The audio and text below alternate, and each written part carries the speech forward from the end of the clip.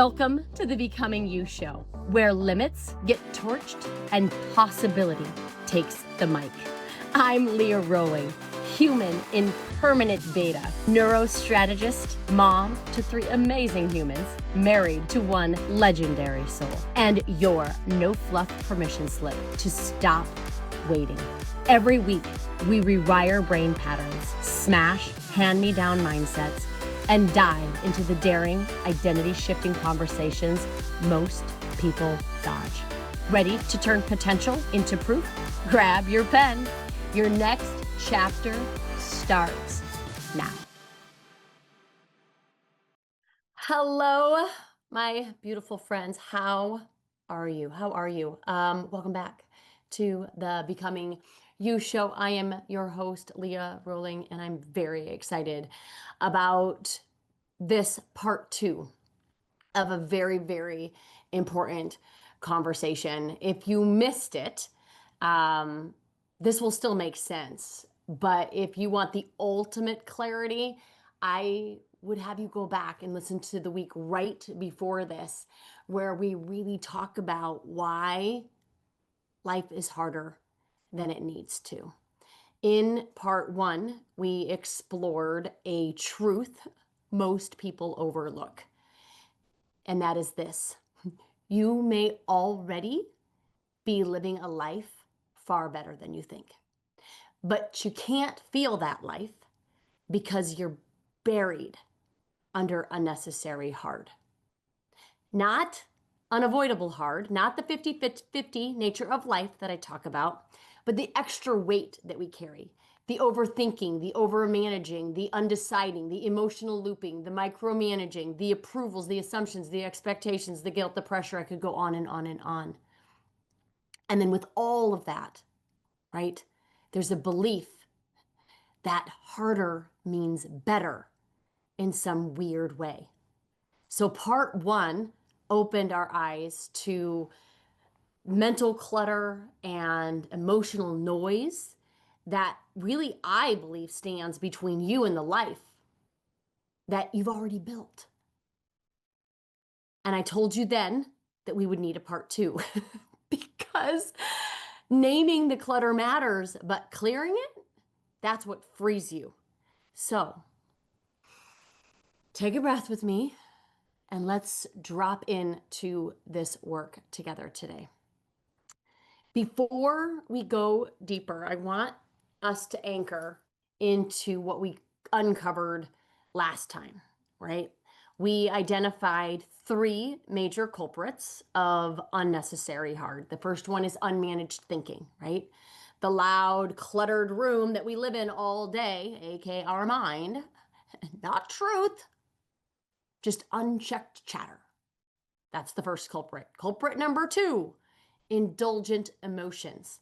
We talked about them: overwhelm, frustration, annoyance, right? They feel busy, but they move nothing forward. And number 3, unspoken expectations. These invisible manuals that we hand out, and then we resent people for not following, even though no one ever really received it, right? These 3 culprits create most of the heaviness we feel. Is there more? For sure. But if we were to just clean up like these 3 areas, it would have our life be so much lighter, right? They help us because they remind us that knowing, right? Knowing these things can allow us the freedom to shift them, right? So in part 1, we unpacked mental, emotional clutter behind these patterns. And today we're really just going to dive into the deeper layers, right? The ones that really shift your relationship, shift your energy, allow you to reclaim your clarity, your leadership, and the emotional capacity that you have to navigate life. So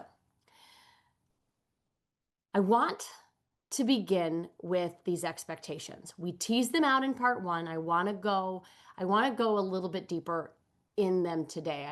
I've talked about them on episodes in the past, but I really want to begin here because expectations hold more emotional weight than almost anything else. Expectations are the silent contracts that we write, and then we resent people for not following. Okay. They are, as I mentioned, the invisible manuals we hand out in our minds, right? And it kind of looks like this. Here's how you need to behave so I can feel okay. If you do this, then I will feel better, right? And in that, right, the problem is no one agreed to these rules. No one read them. Most people don't even know they exist. And we have a manual pretty much for everyone. We have one for our mother and our children and our significant others in the way that they should behave in order for us to feel better, right? And we make their actions, or as it might be inaction, mean something about us, right? And this is where the resentment grows. This is where the disappointment festers. This is where relationships strain. Not because people fail us, but because we assigned them a job that was never theirs. I want you to hear me say this. Your emotional stability, your emotions, aka how you feel, is not anyone's responsibility. It's not. And you don't want it to be anyone else's responsibility. Because if it is, if my emotions are based on what other people do or what they don't do or what they say or what they do say, I'm pretty much screwed. I'm pretty much screwed. They're no one's responsibility except for yours. They're not your partners, they're not your teams, they're not your children's, they're not your friends. And this right here is the moment where unnecessary hard dissolves, where our life just got lighter because we've unburdened ourselves from the expectation pain that we have been issuing to the world, to circumstances, to people, to events. So we need to transition into agreements. That's the conscious alternative to agreements. When we can move from expectations to agreements, we have a commitment there, right? We move from, I expect you to, here's my manual that I want you to follow so that I can feel better, to, here's the promise that I'm making, right? And here's the request that I'd like to make, right? A promise is what I commit to, right? Regardless of what anyone else does. And a request is what I ask cleanly, clearly, calmly. And I allow a yes or no without any emotional collapse. I make this request of you, and then you get to, how nice of me, decide whether you should do it or not do it. Right? Expectations demand a certain level of compliance. Right? Requests invite collaboration. They invite a level of commitment, of integrity. Agreements create clarity. Expectations create conflict. This one shift, I have seen save marriages. I have seen restore relationships with children, with team members, with friends. This shift cleans up all of the emotional clutter inside families in practically minutes. And with that, the clarity to move to the next layer, right? Because if expectations drain your relationships, and they do, decision debt drains your energy. So decision debt is another culprit that we're going to kind of unwind today. Decision debt Is the tax you pay, I want you to think about that. Decision debt is the tax you pay for postponing discomfort. Of all of the fatigues, decision fatigue is real, and it's of the top 3 or 4. Visual fatigue is probably number 1. But there is such a thing as decision fatigue. I want you to think about it this way. If you are trying to make a decision in the day, right? Should I go to the gym? Let's use that one. You got to decide. If you didn't decide ahead of time, if you didn't Sunday set your week, then you're deciding here on a Tuesday whether or not you're going to go to the gym. Seems innocent enough, but then we have to ask, okay, do we go to the gym or do we do a workout at the house? If we go to the gym, do we take a class or do we just jump on the treadmill and do some lighter weights? If we do a class, are we going to do spin? Are we going to do yoga? What are we going to do? And then what am I going to wear? Right? By the time we have made all of those decisions, we're exhausted. And most likely then now decide we don't feel like going, right? So I want us to really think about every unmade decision are like open tabs on a computer, right? They slow down progress, they slow down speed of your computer, okay? It's a leak of energy. It just kind of sits in the background like your open browser tabs, quietly draining your battery. And the reason, I might add, that you haven't made the decision yet is never because you needed more time. It's because you wanted to avoid a feeling. Every delayed decision is, I'm going to say 99% of delayed decisions are to avoid a feeling. The fear of being wrong,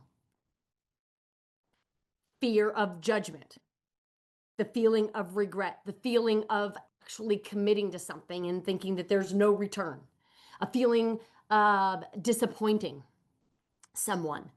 Decision debt is not about logistics. It's about avoiding emotion, right? So here's the practice. I want us all to begin to make decisions faster. Close the loops, reduce the mental tabs, check them off, make a decision, right? And any reversible decision, meaning that I could easily reverse it, it gets decided in 24 hours. If it can be changed later, you decide now. The minute you start closing, right, these tabs, these open loops, your battery re-energizes, right? Clarity returns, your energy rises, your level of peace expands. So we talked about expectations. We talked about decision debt. Now we're going to transition to boundaries. Okay? Resentment is the invoice for boundaries you never set. I want that to hit home. Again, we know we're the creator of our feelings. And if there's resentment in there and if there's bitterness in there, most likely it's because there was a boundary that we never honored. If you feel drained, if you feel overextended, if you feel overlooked, if you feel taken advantage of, the issue isn't your heart. It's your clarity. Okay? A boundary is not controlling someone, punishing someone, manipulating someone. A boundary is simply suggesting, here is what I'm available for. Here is what I'm not. And if X happens, here's what I will do.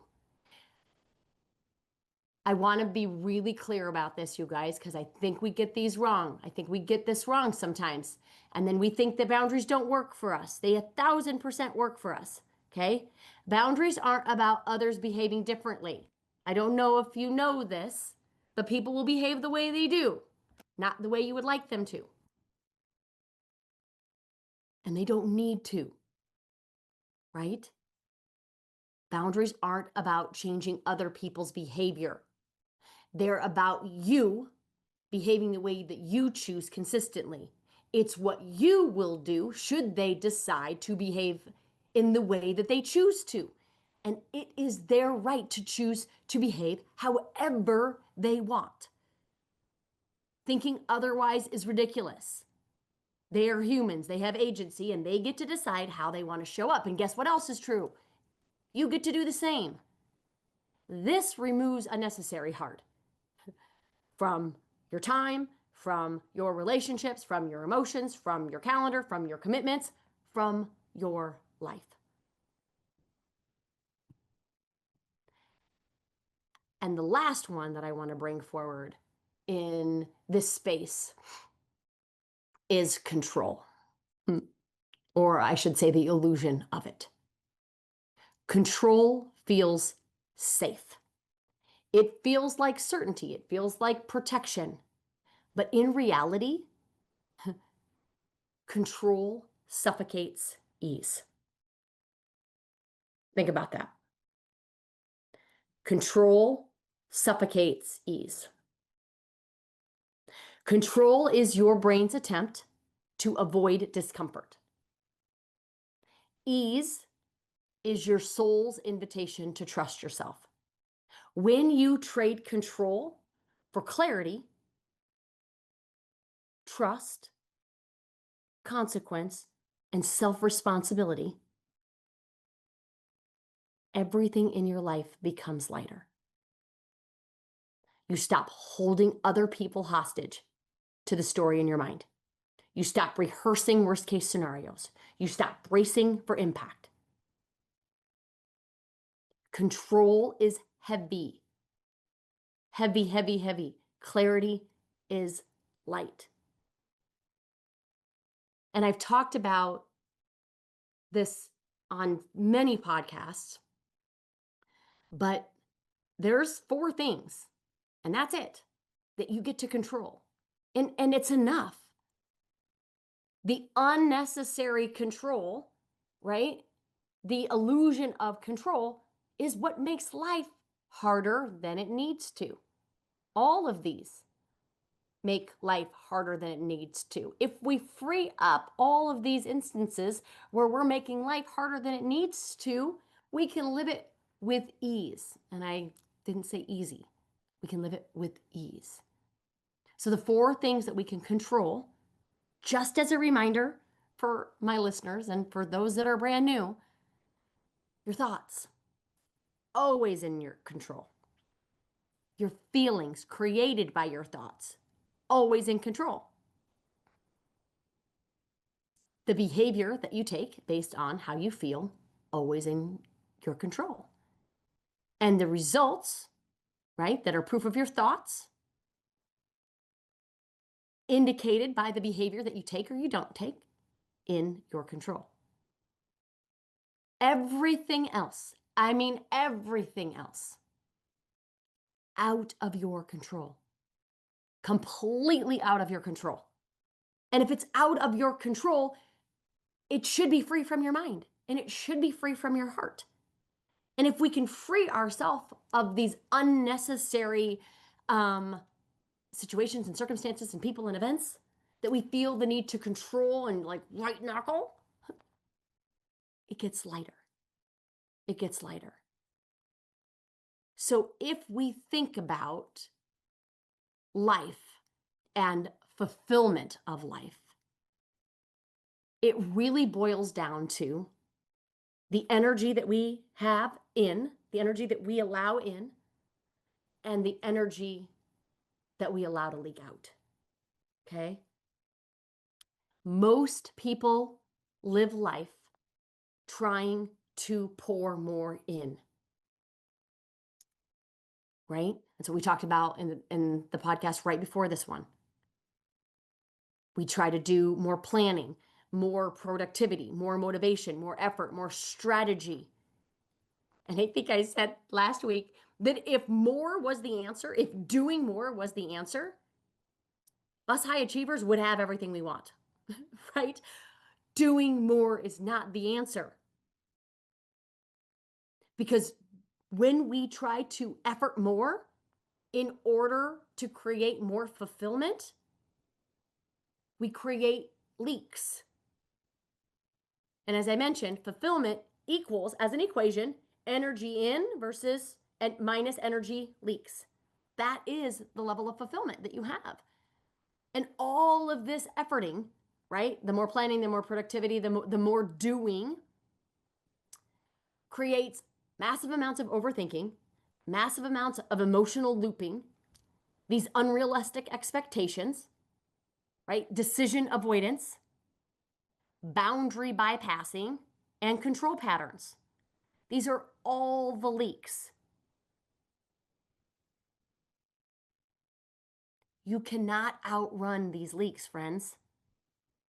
So here is the work. Here's the work. We know the culprits. We know the leaks. We know that the formula might not be adding more, but subtracting, simplifying, decluttering. Do a thought audit. Do a leak list. Create a subtraction plan. Right? Subtraction is the strategy. Not because minimalism is trendy right now, but because clarity is powerful and clarity is ease. If you just think about this from the standpoint of your closet, yes, there's trends on living a more simplistic life. I think what do they call it in the closet world? It's a closet capsule where you have like literally like 10 pieces. Okay. The reason why that works, again, isn't because it's trendy. It's because there's clarity in the closet. You can find the pieces that you want. You know that this piece will go with lots of other pieces. You've created ease in your wardrobing. If something so powerful can exist in how we dress ourselves, don't you think there is merit in how we think and simplifying our thoughts by doing this thought audit? By better understanding our emotions, by really understanding where we have unrealistic expectations, AKA manuals. You find your leak list. Okay, so we have a thought audit. That's everything that you think. Okay, it's like going to your closet and taking everything out and getting it out of your closet. And then we go back, right? And you pick the things that serve you. You pick the clothes that make you feel light. You pick the clothes that you love, right? Like if you could literally go into your closet right now blindfolded and pick anything out of your closet and you know that you will feel confident in wearing. That's a clothes audit.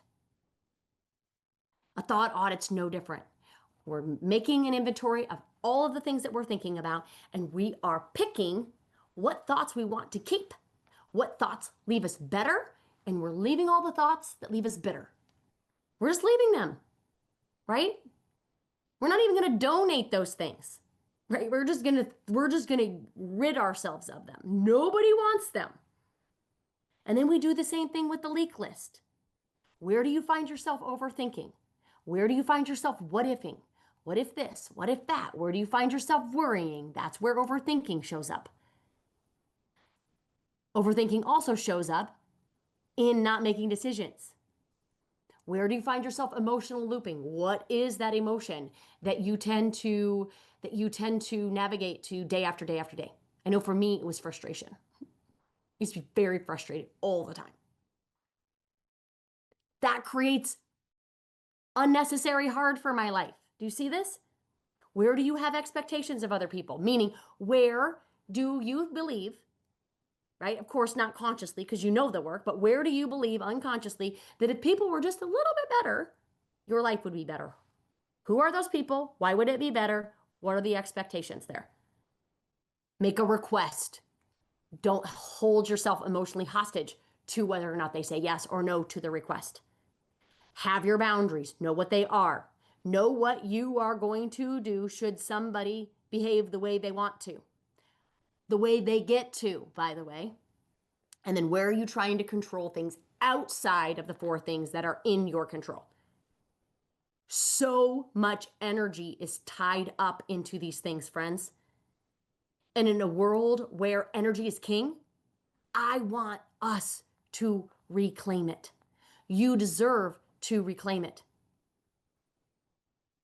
Energy is equated to a life of fulfillment, that of which you all deserve. So, a better life, friends, isn't built by adding more, by doing more, by over hustling. We've tried it. It doesn't work. Okay? What if it's built, this better life that you deserve, by removing what makes it harder than it has to be? Audit your emotional expenses. Close the leaks. Know what they are, close them down. Teach the standard, make the request, choose ease, right? You deserve a life that's unburdened by all this unnecessary suffering. You deserve it.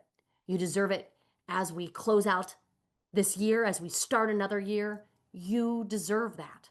I hope that you will take the time to honor yourself, to give yourself the gift of paying attention to yourself. Do the thought audit, do the leak audit, and tag me with what you find out about yourself. How you have created a life so fulfilling by subtracting rather than adding more to your plate. If this episode, my beautiful friends, inspired you, had you think a little bit differently about how you navigate your world, your life, share it. Share it with somebody, right? Pass it on to a friend. Leave a comment telling me what landed most for you. Leave me a comment on what didn't land. Leave me a comment on what you want me to talk more about, less about. These shows are for you. I truly do imagine each of you, right, sitting right here in front of me as I'm having what I hope is a deep, meaningful conversation, one that kind of disrupts the way that we've been taught to think. Conversations that most of us aren't having. Those are the ones that I want to bring forward to you. So thank you. Thank you for being here. Thank you for choosing you today. And we will see you next time. Take care, everybody. Bye-bye. If this episode cracked something open, good. Let it. And then head to leahrollingcoaching.com and grab the tools to rewire the story and reclaim your future. It is yours. And then share this with someone who's still waiting to be chosen, still waiting for permission, and remind them they don't need a breakthrough, that they are the breakthrough. Until next time, my beautiful friends, invest in you and keep becoming.